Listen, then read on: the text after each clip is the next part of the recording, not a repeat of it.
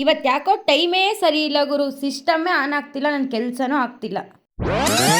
Hi hello ನಮಸ್ತೆ, welcome back to our mini blog. ನಾನು ನಿಮ್ಮ ರಂಜಿತಾ ಶಿವಾನಂತ್. ಇದೆ ಅಂತ ಮಲ್ಕೊಂಡಿದ್ರೆ ನಮ್ಮ ಅಮ್ಮ ಬೆಳಗ್ಗೆನೆ ಫೋನ್ ಮಾಡಿ ಬೇಗ ಎದೊಳಿಸಿದ್ರು. ಏನಕ್ಕೆ ಅಂತ ಹೇಳಿದ್ರೆ ಸ್ವಲ್ಪ ಕೆಲಸ ಇದೆ ಬಾ ಅಂದ್ರು.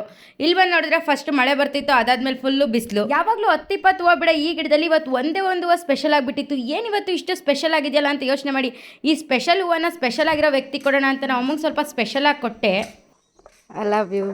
ಬರೀ ಇಂಥದೆಯಾ? ಈ ವರ್ಷ ಅಡಿಕೆ ಕುಯ್ಲು ಸ್ಟಾರ್ಟ್ ಆದಮೇಲೆ ನಾನು ಯಾವತ್ತೂ ಉಂಡೆನೇ ಹರಡಿರಲಿಲ್ಲ. ಇವತ್ತು ಯಾರು ಕೆಲಸದವ್ರು ಬಂದಿಲ್ಲ ಅಂತೇಳಿ ನಾನು ಹರಡಿದ್ದಾಯಿತು.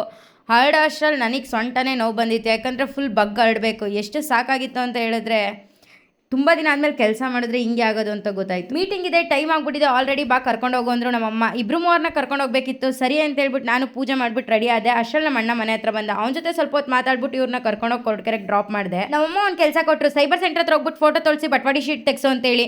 ಒಂದು 10 ನಿಮಿಷ ಕೆಲಸ ಅಲ್ವಾ ಅಂತ ಹೇಳ್ಬಿಟ್ಟು ನಾನು ಬಂದೆ. ಅಲ್ಲಿ ನೋಡಿದ್ರೆ 1 ಅವರ್ ಆದರೂ ಆಗಿಲ್ಲ. ಏನಕ್ಕೆ ಅಂದರೆ ಸಿಸ್ಟಮ್ ಹೆವಿ ಆಫ್ ಆಗ್ತಿತ್ತು, ಆನ್ ಆಗ್ತಿತ್ತು, ಏನಕ್ಕೆ ಅಂತ ಗೊತ್ತಿಲ್ಲ. ತಲೆ ಕೆಟ್ಟೋಗ್ಬಿಟ್ಟಿತ್ತು. ನಾನಂತೂ ಬೈಕೊಂಡೇ ಕೂತಿದ್ದೆ. ಹಂಗೋ ಹಿಂಗೋ ಮಾಡಿ ಸಿಸ್ಟಮ್ ರೆಡಿ ಮಾಡ್ಕೊಂಡು ಕೆಲಸ ಮಾಡಿಕೊಟ್ರು. 1 hour later. ನಮ್ಮಮ್ಮ ಒಂದಕ್ಕೆ ಸೈನ್ ಮಾಡಬೇಕಿತ್ತು, ಹಂಗಾಗಿ ಅವ್ರನ್ನ ಡ್ರಾಪ್ ಮಾಡಿ ಜಾಗಕ್ಕೆ ಮತ್ತೆ ಬಂದೆ. ಸೈನ್ ಮಾಡಿಸ್ಕೊಂಡು DCC ಬ್ಯಾಂಕ್ ಹತ್ರ ಬಂದು ನೋಡಿದ್ರೆ ಮ್ಯಾನೇಜರ್ ಇಲ್ಲ.